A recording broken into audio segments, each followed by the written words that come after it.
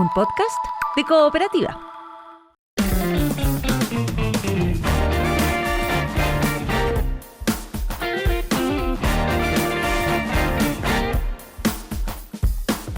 Bueno, ya estamos conectadísimos con Héctor Vélez Mesa, como todos los lunes. ¿Cómo te va, Héctor? Buen día. Buen día, gusto de escucharlos nuevamente. Quiero hacerte a ti la pregunta como auditor de Una Nueva Mañana en Cooperativa. ¿En qué lugar, en qué país te gustaría irte a vivir si tuvieras que irte de Chile? Portugal. Ya, listo. ¡Uy, qué buena elección! ¿En Lisboa o en algún...? En principio en Lisboa, pero sí, Qué por lindo. todo lo que he leído, tengo entendido que es uno de muy los lindo. destinos importantes que hay para la gente que se cambia de lugar. Vive mucho, sé que viven muchos chilenos allá también y de otros países, pero sí he leído mucho sobre Portugal y me...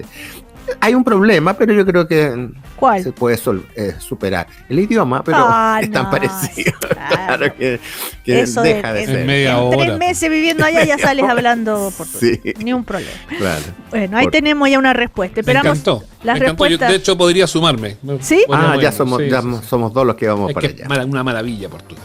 Sí. Más 569 78 88 07 70 para que nos manden sus mensajes a través de nuestro WhatsApp. ¿En qué país le gustaría vivir o en qué lugar les gusta, fuera de Chile, les gustaría ir a vivir si tuvieran que hacerlo? Eso, Ahora, el esperamos un segundo mensaje. país es Chile. No, sí, no, eso lo damos. Pero felizmente estoy acá. Claro. Sí, Chile de hecho es el tercero a nivel sudamericano, después de Claro, Uruguay y sí. de Paraguay. En este Claro. estudio que es el que da origen a la pregunta. Pero bueno, Claro, vamos a las claro. palabras, Héctor. ¿Te Vamos. parece? Me gusta la propuesta que nos hace Lidia Holguín para comenzar esta jornada. Porque no es diccionario ni nada, sino que es una palabra que salió el otro día, una frase que salió el otro día en una discusión en el Congreso que generó harto debate y anticuerpos, por supuesto. Lidia nos pregunta por la expresión señora de feria. Sí. ¿Cómo se califica académicamente esta expresión? Dicen, ¿qué categoría cabe? Está buena, interesante, porque no es algo que salga en el diccionario propiamente tal. Claro, porque se lo dijo de manera como queriendo Despectiva. decir despectiva. De hecho, viste que los feriantes se Saltaron, sí. se pronunciaron en declaración sí. pública y todo. Y Sí. y a la senadora la van a pasar al comité de ética de RN. Además, Claro, claro, sí.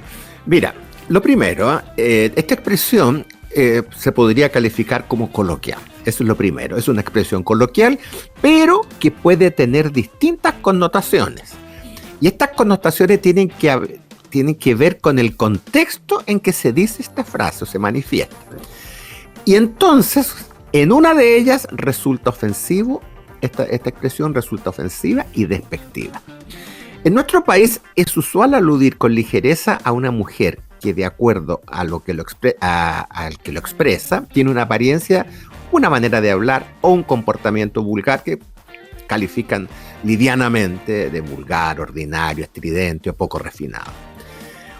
Objetivamente, la señora de feria es únicamente la mujer que trabaja o visita una feria libre. Es decir, la señora de feria es la persona que tiene un puesto en una feria. ¿Ah? O también la señora de feria es la persona que va a comprar a la feria.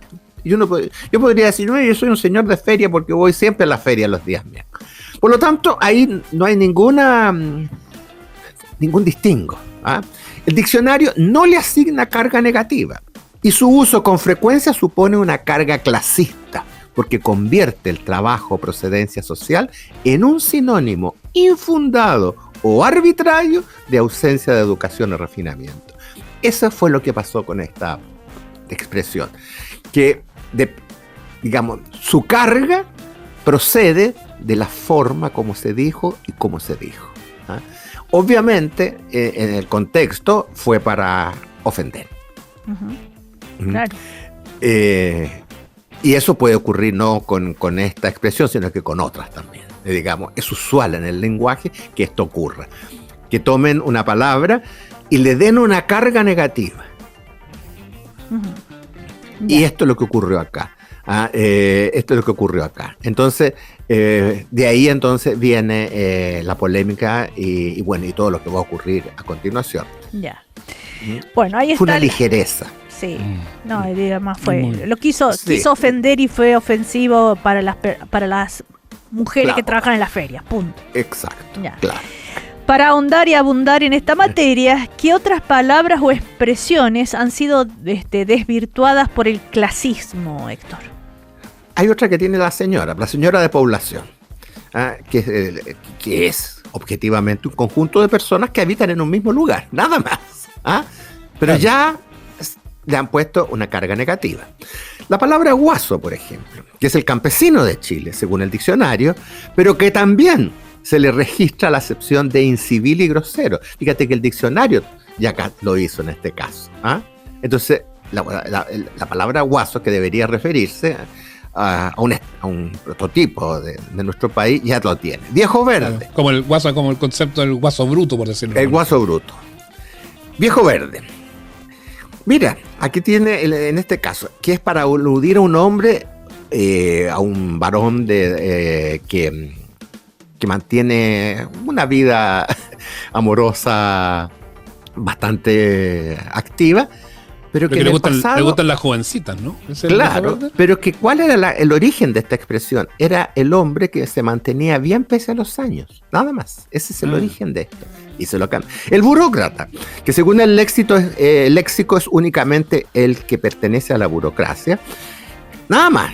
Persona que pertenece a la burocracia, que es el conjunto de servidores públicos, eso es la burocracia, pero ahora se usa peyorativamente para aludir a quienes atrasan los quehaceres que deben llevar adelante en las oficinas públicas. Pero la burocracia en su origen es eso. Claro. El que lo hace lento hoy día. Claro, el que cajonea, como le llaman. La palabra cajonear también existe, que te meten cajones los expedientes y ahí se pierden. Pero curiosamente en sus orígenes no tiene ninguna connotación peyorativa. El carnicero es quien vende carne, pero hoy también se usa como sinónimo de sanguinario y cruel.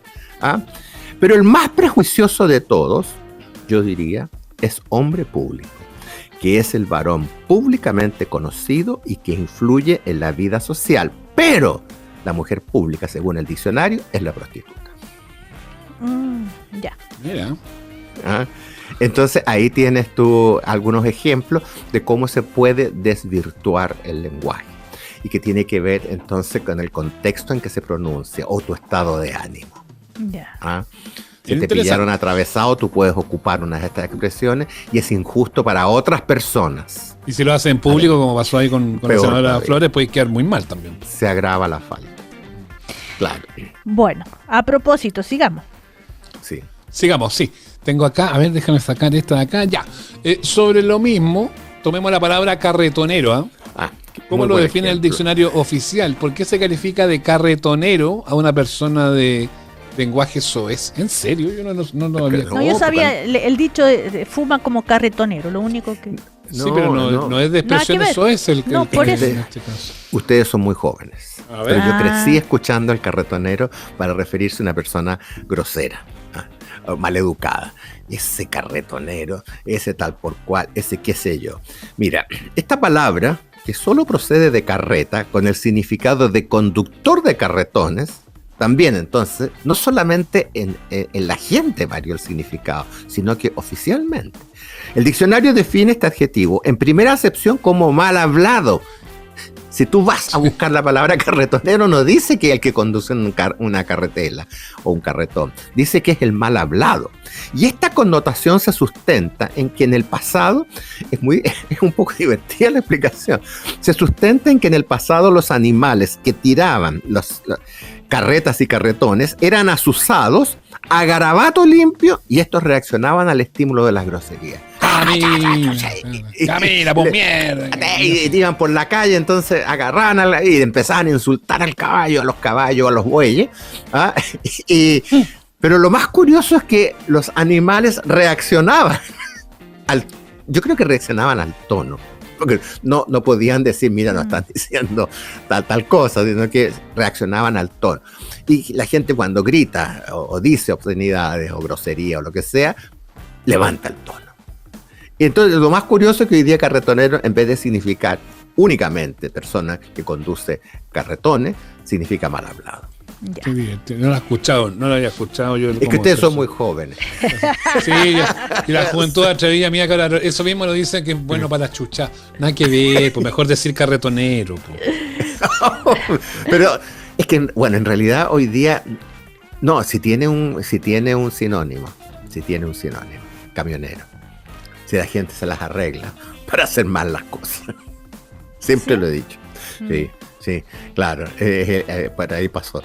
Claro. Bueno, Samuel Medel nos escribe para preguntarnos qué significa la palabra hindi, según el léxico oficial de nuestra lengua.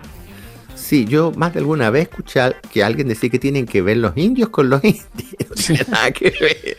Esto es un anglicismo, ¿no? Claro, porque, claro, para nosotros hoy día es un extranjerismo crudo. Es decir, lo aceptó la academia, es lo más curioso. Tú puedes buscar la palabra hindi y la puedes pronunciar hindi porque es extranjerismo crudo. Es decir, se adaptó su ortografía y su pronunciación a las reglas del español. Como por ejemplo ballet, holding o software. Que también están en el diccionario, pero no están en cursiva para hacerle notar a la persona que es un extranjerismo crudo. Pero qué divertido lo del ballet, porque las otras son más modernas y uno la entiende de la tecnología, pero el ballet uno lo dice tan normalmente y claro, pues es un extranjerismo. Es un extranjerismo, sí, y crudo. Claro. Ya, a ver, en el caso de indie viene de independent, más el sufijo coloquial ie. Y esta palabra significa película o álbum musical independiente producido al margen de los grandes estudios y compañías que las distribuyen. Y fueron... se pueden ver o adquirir fuera de los circuitos habituales.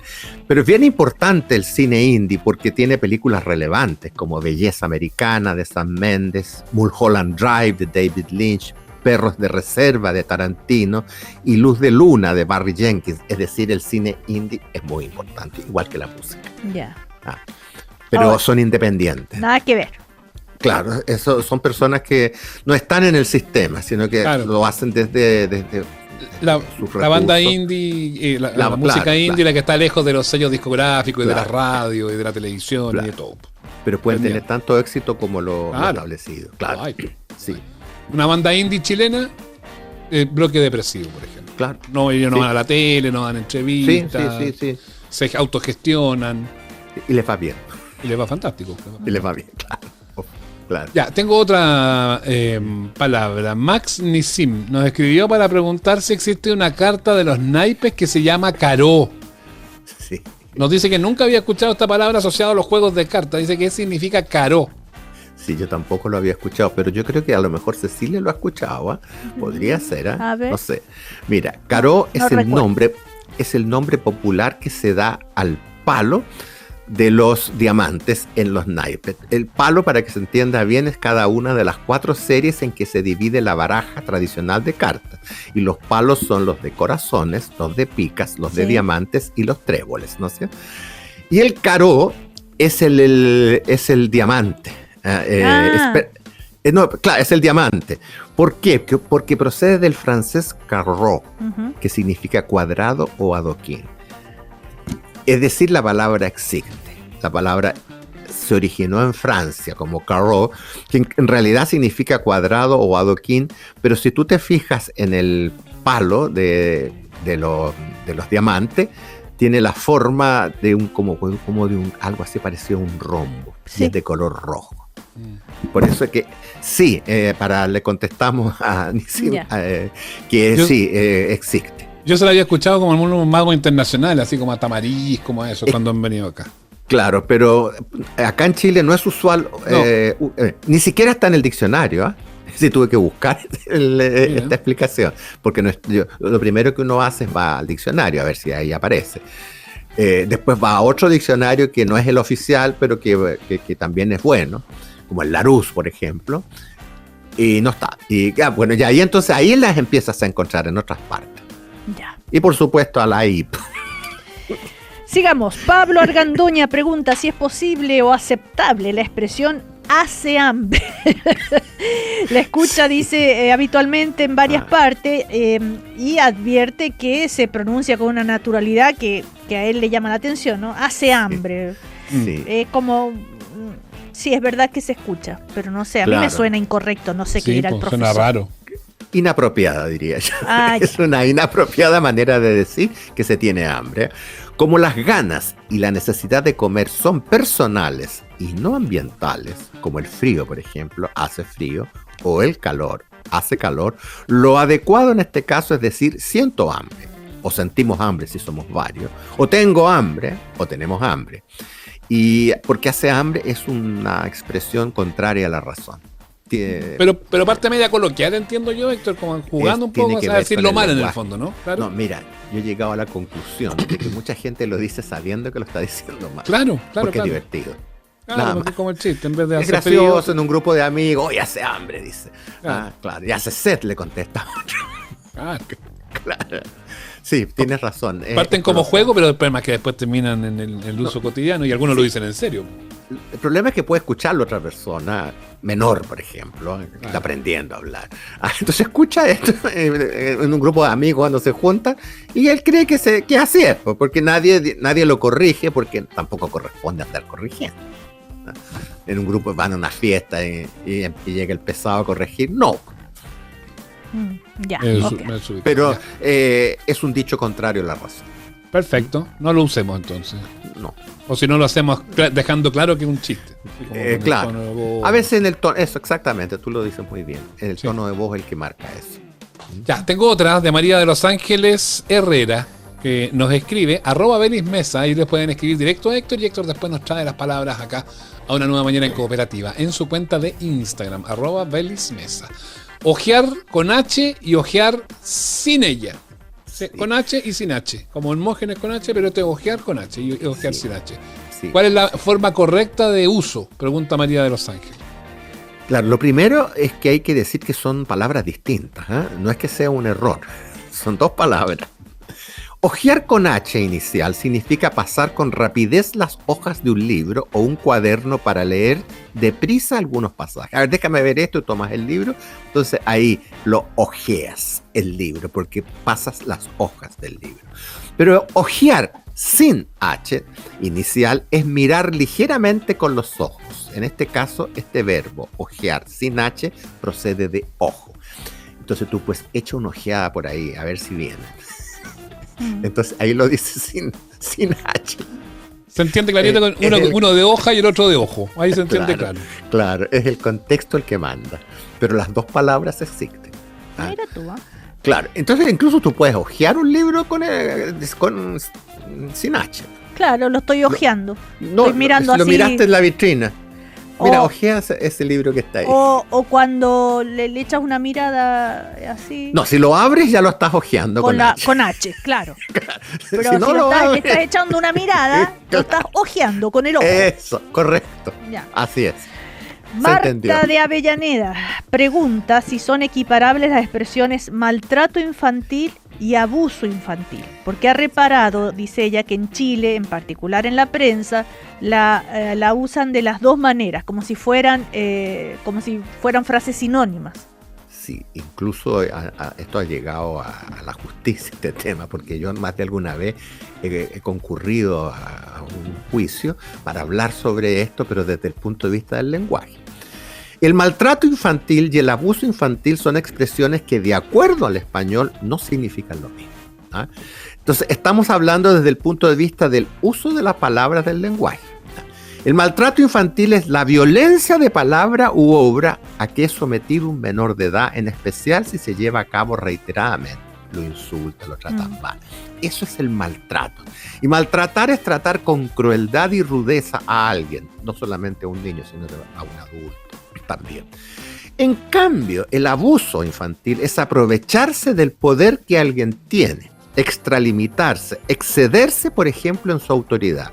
Pero es también hacer objeto de trato deshonesto a alguien de menor experiencia, como por ejemplo violarla o forzarla a esa persona. Es decirla, someterla sexualmente. Y por qué yo algunas veces he tenido que ir a un juicio por esto, porque claro, las penas son distintas.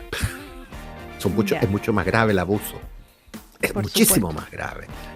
Entonces es para precisar qué es exactamente lo que ocurrió. Pero son dos conceptos distintos, pero que en algún momento se funden en uno solo. Puede ser en un caso. Hubo maltrato y hubo abuso. Claro, las dos cosas.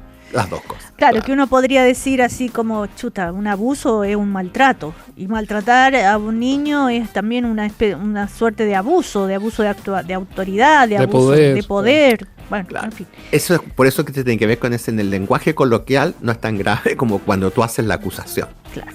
Claro. Entonces ahí tú tienes que hacer la diferencia si fue maltrato o abuso. En el abuso generalmente puede haber violación Claro, abuso sexual. o trato deshonesto con la persona.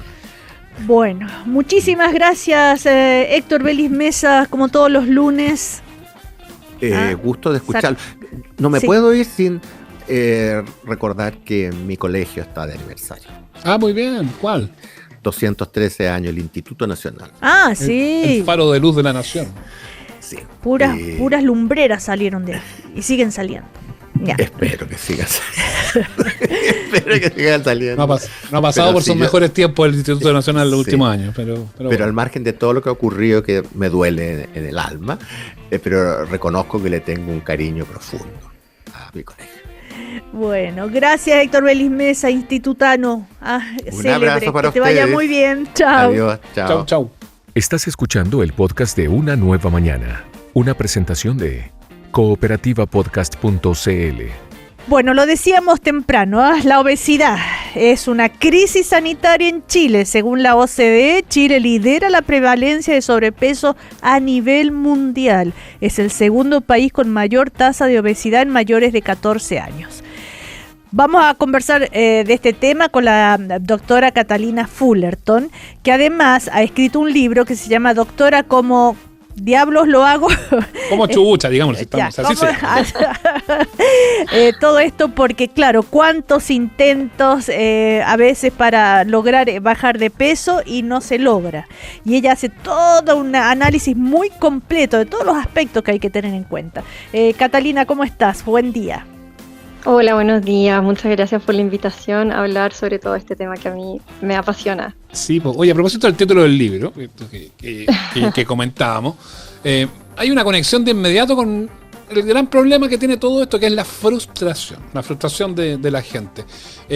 ¿Cómo lo ves tú eso y cuál es el obstáculo que encuentran los chilenos cuando intentan pasar de la teoría a la práctica? Porque es bien bonita la teoría muchas veces, ya voy a cambiar la vida natural y todo eso para poder tener una vida más saludable. Sí, bueno, en realidad el título surgió un poco de un mismo paciente que una vez me preguntó algo muy similar, como que, no, ¿se puede decir o no? ¿Qué Sí. chucha hago en el fondo? Dígalo nomás. Para lograrlo, para lograr poder tener estos hábitos. Y hablando un poco ya más de 5 o 7 años tratando pacientes en este área, se surge mucho como el obstáculo principal, el tiempo, las lucas y la motivación. Esas son las tres cosas como que yo pondría en orden para poder hacer las cosas. Uno sabe que hay que comer, uno sabe que hay que hacer ejercicio, pero el tema es cómo lo sostenemos en el tiempo. Y un poco el libro trata de reunir esas cosas también, como cómo mantenemos la motivación, cómo ordenamos las lucas como para que nos alcance para poder llevar hábitos saludables. Ahí surgen todas estas cosas como comer sano.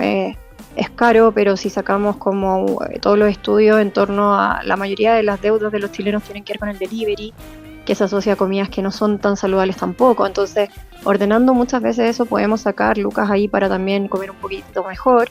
El ejercicio, que hay que tener en cuenta la seguridad de las calles, también no todos vivimos en un mismo lugar en donde podemos decir, oye, me levanto a las 6 de la mañana a trotar tranquila, pucha, no es la realidad de todos. Entonces, ¿de qué manera vamos como sorteando varios obstáculos que van apareciendo las distintas personas? Porque si bien los hábitos son los mismos para todos, no todos tenemos las mismas condiciones para poder llegar a ello. Claro. Así que... Catalina, tú dices una frase muy cierta, no hay nada que le guste más a nuestro cerebro que lo fácil.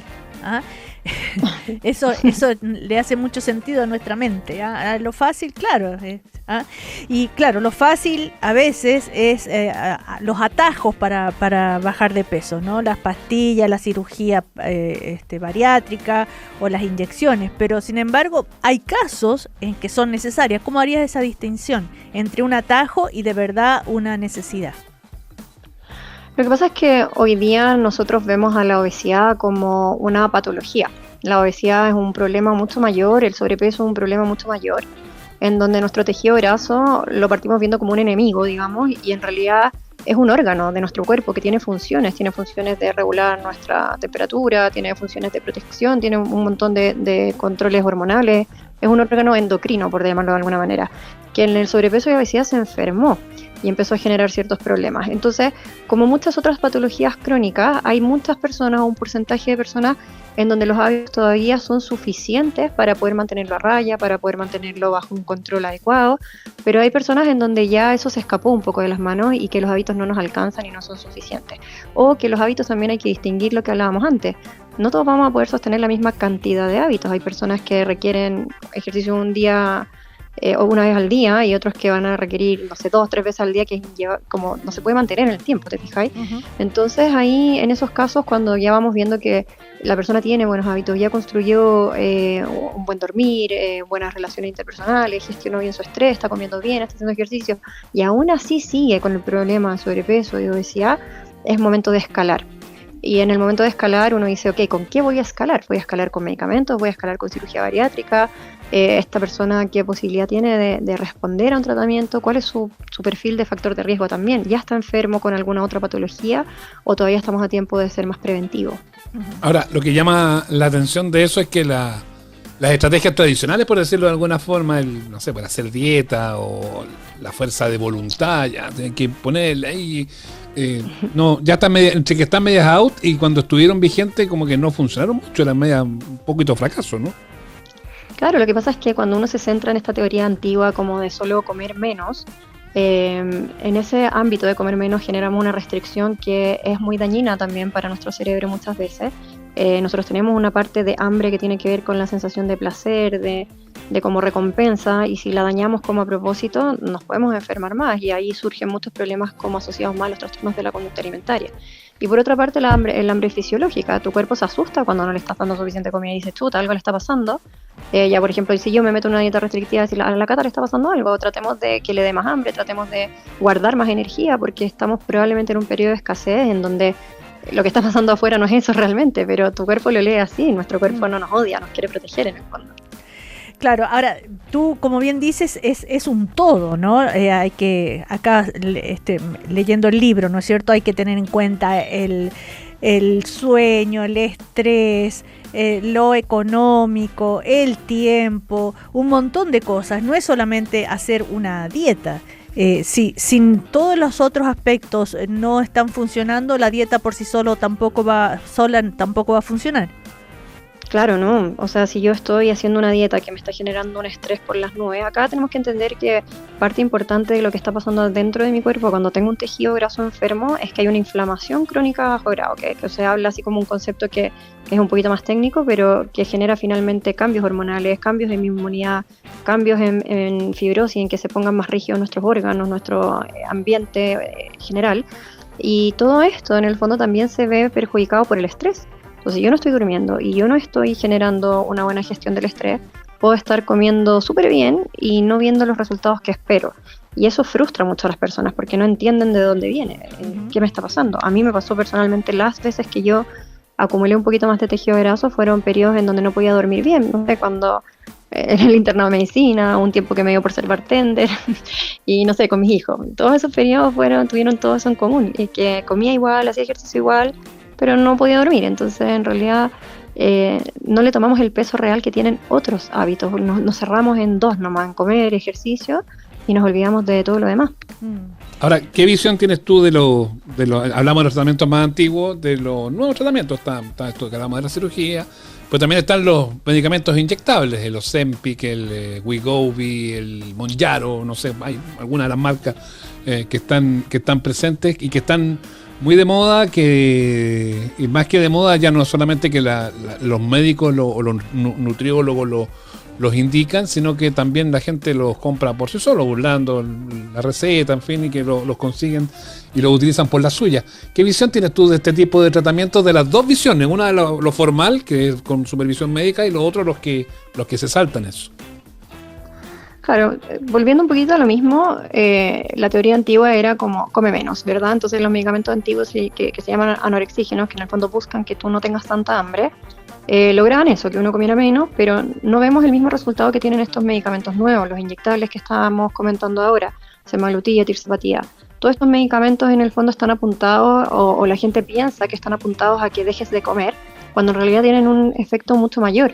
Es un efecto que mejora la fibrosis, un efecto que mejora esta inflamación crónica, tienen un rendimiento a nivel hormonal que ha provocado estos otros beneficios en mejorar los outcomes del corazón, por ejemplo, que no tengamos tantos infartos, que bajemos las muertes por causas cardiovasculares, que haya mejoría en el hígado graso. Entonces es distinto, y bajarlos hacia el punto de solamente quitar el hambre es desconocer todos los efectos positivos que tienen por esta como efecto hormonal que traen en sí mismo. La verdad es que en el fondo estos medicamentos funcionan mejorando hormonas que se llaman incretinas, que tenemos en nuestro organismo, que se liberan de manera natural en nuestro intestino, pero que en nuestro intestino, 1, se liberan de manera natural por un tiempo cortito, y 2, están perjudicados en el sobrepeso y en la obesidad, es decir, o no se secretan de la misma manera, o hay una resistencia a que puedan hacer su efecto. Entonces, cuando nosotros los ponemos en estos medicamentos, hacen efecto continuo. El efecto más claro que uno puede sentir como paciente es efectivamente sentir un poquito menos de hambre, pero a nivel hormonal están pasando cosas como mejorar la resistencia a la insulina, están generando cambios en el vaciamiento gástrico, están generando cambios también a nivel central, en donde podemos empezar a regular nuevamente esta hambre emocional que hablábamos antes, el food noise que se habla ahora, de este ruido mental, de estar pensando todo el tiempo en comida. Y eso provoca en el fondo a largo plazo estos efectos, y ni siquiera tan a largo plazo. Hay varios estudios súper bonitos que hablan de mejoría cardiometabólica en menos de un mes. Por lo tanto, incluso antes de bajar de peso, uno ya está viendo beneficios en salud, que es lo que está muy asociado a todos estos otros problemas. También, ahora los estudios más nuevos nos hablan de mejorías en todo lo que se asocia a estas inflamaciones crónicas de bajo grado, como por ejemplo algunos cánceres. Entonces, está siendo un avance en la medicina muy relevante. Ahora, como toda cosa en medicina, tiene que ser bien normado y regulado, ojalá con un uso bien responsable, que es lo que hoy día nos trae el gran problema, que como se pone de moda en muchas como personas de Hollywood, de famosos, digamos, la gente los compra, los usa sin supervisión médica, muchas veces en dosis que no corresponden, o por ejemplo, más seguido de lo que deberían usarse, y con varios errores en el fondo que pueden llevar a mayores problemas también por usarlos de esta manera, como de uso indiscriminado. Y eso no debería pasar, porque estamos hablando de la obesidad como una patología, y como tal, las patologías las tienen que ver los médicos, claro. Y con el equipo disciplinario en este caso también, ¿cierto? Nutricionistas, kinesiólogos, psicólogos, etcétera. Claro, el tema, serán los profesionales, las profesionales que van a determinar cuándo es ya necesario echar mano, ¿no es cierto?, a ese tipo de recursos, o cuándo todavía estamos a tiempo de cambiar nuestros hábitos alimenticios, hábitos de vida, el sueño y todo lo que conlleva una vida más sana, ¿verdad? De todas maneras, hay algo que se llama hambre, y por más que sea muy sano y que tú dices, bueno, no se trata de comer menos, pero efectivamente si uno ve las propuestas, ¿no es cierto?, alimenticias, bueno, verdura asada, un poco de avena en la mañana, en fin, y las personas sienten que algo falta y se pone y llega la ansiedad. Ahí hay como un círculo vicioso a veces, que te produce estrés hacer dieta, como decías tú recién. Entonces, ¿cómo hacerlo?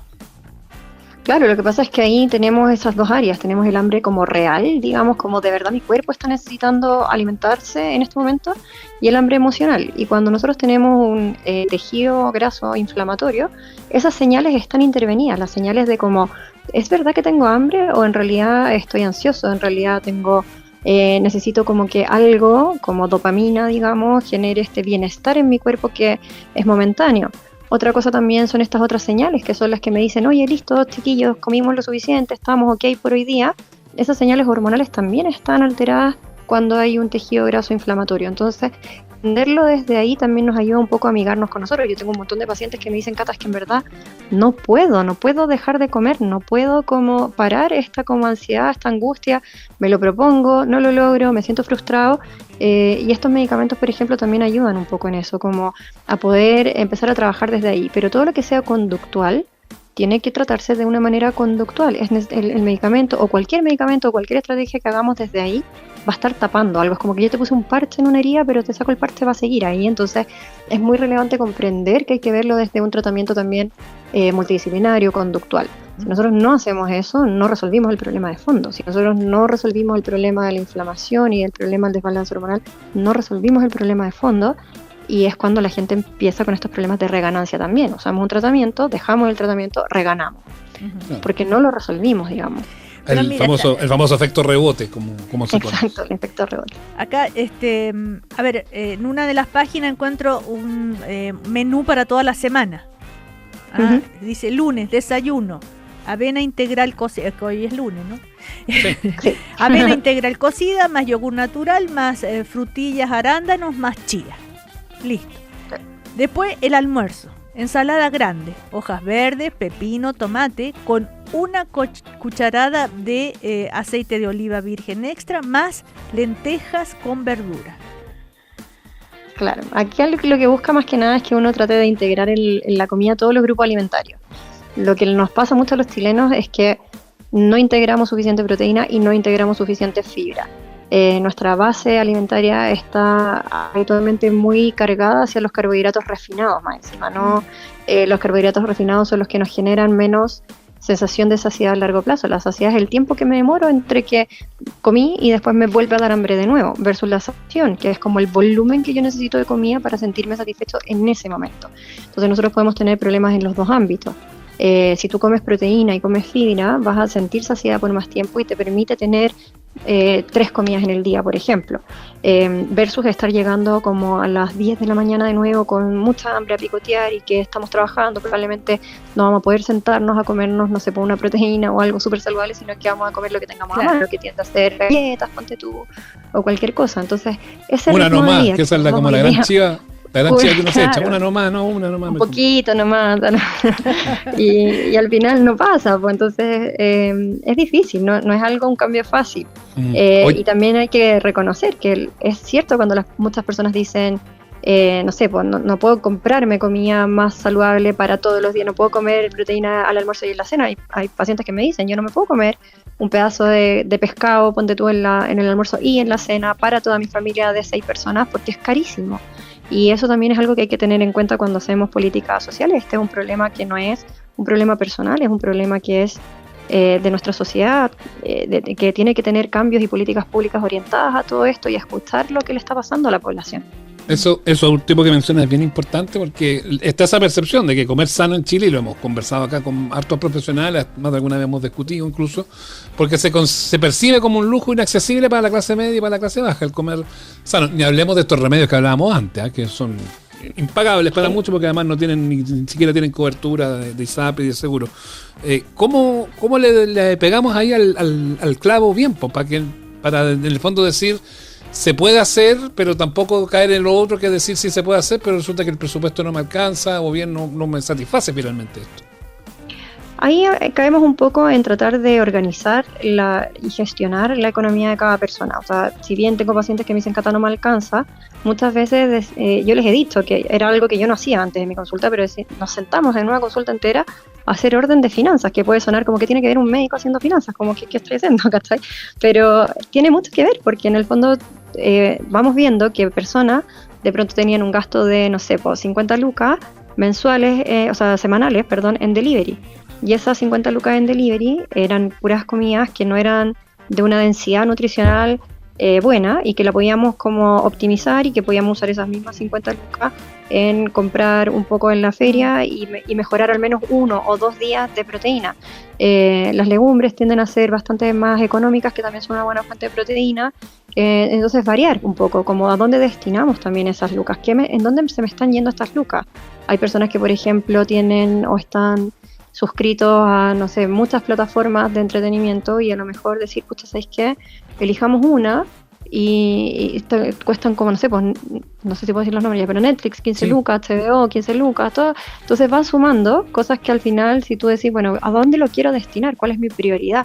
Y eso también habla un poco el libro, ¿cómo voy a ordenar mis prioridades? Muchas veces uno ordena sus prioridades de una manera en su mente y dice salud, hijos, mi familia, pero estamos actuando como trabajo, comer rápido para salvar el trabajo, comer rápido para que no me echen, no dormir para que no me echen, ¿cachai? Entonces no estamos actuando tampoco acorde a nuestras prioridades, es un trabajo como personal bien profundo que hay que hacer muchas veces y que no sé si estamos listos para la conversación, como se dice. Oye, Catalina, estamos conversando con Catalina Fullerton, me olvidé de recordarlo, a la doctora, autora de este libro y hablando de los hábitos saludables. Muy completo tu libro porque, como decíamos, abarca todos los aspectos que entran en juego a la hora de lograr una vida saludable. Pero hay algo fundamental, que es la motivación. O sea, totalmente. ¿Ese es como el punto de partida? Yo creo que las personas que, por ejemplo, compran el libro o las personas que vienen a la consulta o que ya te cuentan que han hecho hartas cosas, la motivación la tienen. Ya tienen ganas de hacer cosas, tienen ganas de cambiar, tienen ganas de ver alguna cosa, pero van viendo que en el camino se les viene muy cuesta arriba, por lo mismo que hablábamos antes, tu cerebro prefiere lo fácil, tú estás tratando de salir de lo fácil, así que es un esfuerzo extra que tu cerebro dice, no, qué lata, onda, olvídalo, abortemos misión, ¿cachai? No más. Y en ese punto es cuando la motivación, a pesar de que uno quiere seguir teniendo la misma meta, el mismo resultado, empieza a decaer un poco. Y para mantenerlo, una de las técnicas más fáciles o que más se recomiendan siempre es como tratar de, uno, entender lo que le pasa a tu cuerpo, con eso te vuelves más amigable contigo misma, cambias la narrativa, cambias como el no puedo por el me está costando un poco más tal vez y voy a intentarlo de otra manera o de otro enfoque. Y ponerte metas cortas, cuando uno se va en la parada de cambio de hábito, que tiende a pasar mucho en esta fecha, como que va a empezar el verano, empezamos a mostrar más cuerpo, entonces un verano sin poncho. Claro, entonces acá empieza mucho como en la presión, para decir, ya, voy a empezar a dormirme temprano, voy a comer bien, voy a empezar a hacer ejercicio, y todo de 0 a 100, que muchas veces es inviable, porque no ¿Y por dónde empezar? Yo siempre les recomiendo que vayan haciendo como un listado de las cosas que son hábitos, está también escrito en el libro, como cuáles son todos los hábitos y cuál percibes tú que se te podría hacer más fácil eventualmente. ¿Por qué? Porque tu cerebro necesita un feedback positivo. Entonces, si tú sientes que se te hace mucho más fácil, por ejemplo, a mí no me gusta hacer ejercicio, yo lo hago porque hay que hacerlo, pero pucha que me costó empezar a hacer ejercicio, porque no es algo que yo diga, uy, qué rico, bacán hacer ejercicio. Entonces, yo siempre percibí que para mí era más fácil comer sano que hacer ejercicio, así que partí por eso. Y cuando vas viendo que te resulta, te motivas, te hablas mejor, te hablas con palabras positivas, eso genera una liberación. Suena súper hippie, háblate bonito, pero en realidad lo que está pasando es a nivel de la neurociencia. Estás liberando más dopamina, estás liberando estos como factores beneficiosos para tu organismo, neurotransmisores positivos que van a armar este camino para que tu nuevo camino fácil ahora sea los hábitos saludables. Y cuando ya tengas eso resuelto, pasas al siguiente nivel, como cuando uno está jugando, no sé, Donkey Kong, Mario, antes de ir a salvar a la princesa no podéis saltarte al tiro al castillo, hay que ir etapa por etapa, cada etapa es más difícil, hasta llegar como a la meta, digamos.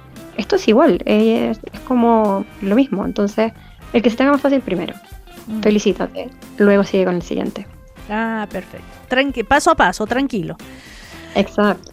Para no llegar a la frustración. Bueno, como decíamos, el libro es súper completo, hay un montón de reflexiones, consejos, análisis, antecedentes de si los ayunos son buenos o no son buenos, que hay alimentos que ayudan para dormir mejor. Todo eso está incluido en este libro. Muchísimas gracias, Catalina Fullerton. Entonces la doctora @doctora.fullerton, DRA.fullerton con doble L. Si quieren encontrarla en Instagram, donde tiene más de 100.000 seguidores. Así que bueno, muchísimas gracias, Catalina, que estés muy bien. No, gracias a ustedes por la invitación, que estén muy bien también. Chao. Buen día. Chao. Aquí termina el podcast de Una Nueva Mañana. Cooperativapodcast.cl. Otra forma de escuchar Cooperativa.